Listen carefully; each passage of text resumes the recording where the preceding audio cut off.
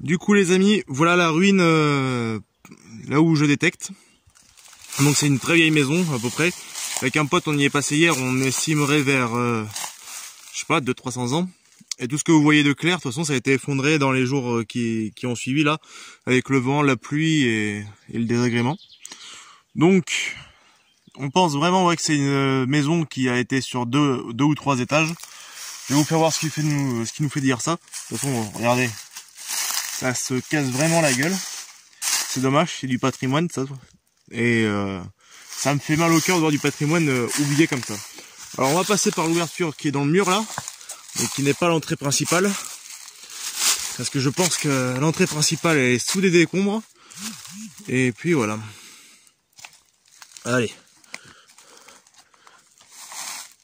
On se croirait vraiment dans des ruines à la Indiana Jones. Ce qui me fait dire ça, c'est les fougères qui sont là.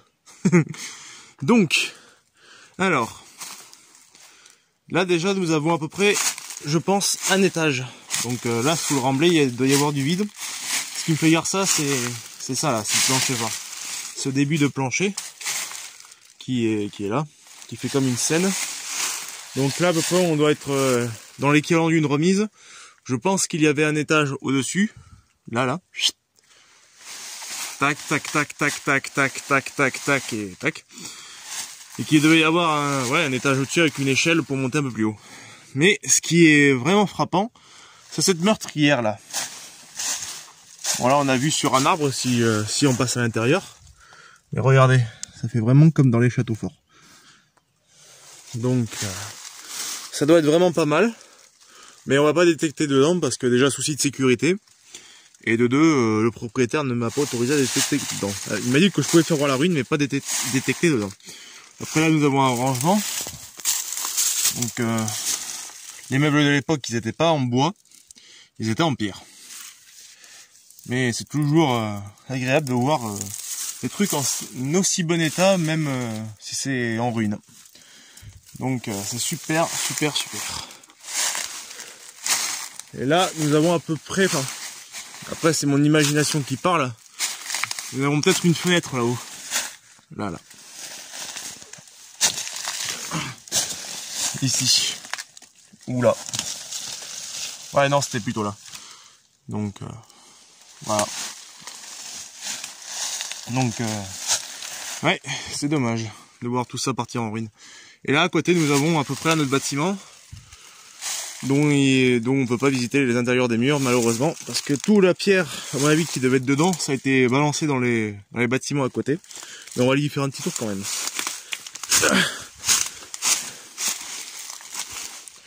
On va faire le petit tour du propriétaire.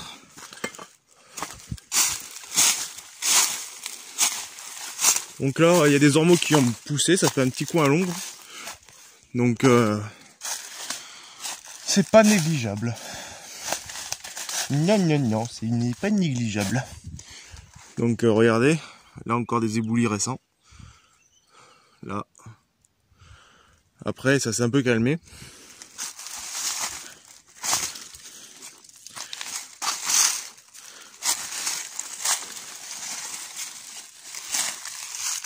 Aïe, il y a des buissons noirs aussi. Regardez, wow.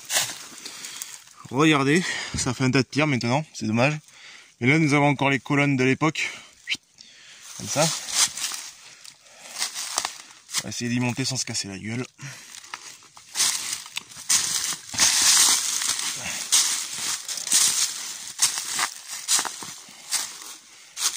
Donc voilà. Et là, bon ça a été transformé en terrasse. Mais c'était pas une terrasse, c'était un bâtiment avant. De toute façon on va redescendre pour vous faire voir les marquages.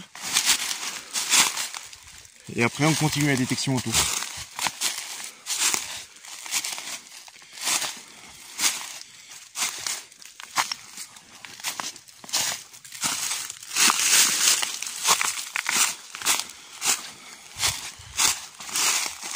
Là on en a encore les murs d'origine. Franchement qui se sont bien préservés. Ils savaient ce qu'ils faisaient à l'époque. Hein. Vous avez vu la taille des pavasses? Magnifique.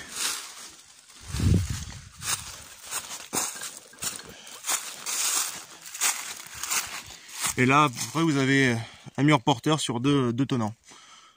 Donc voilà. Donc nous avons la forêt, enfin le petit sous-bois que vous voyez là. Nous avons le pré et l'autre pré qui est derrière et encore un pré qui est juste là derrière la forêt. Donc on a de quoi faire aujourd'hui les amis.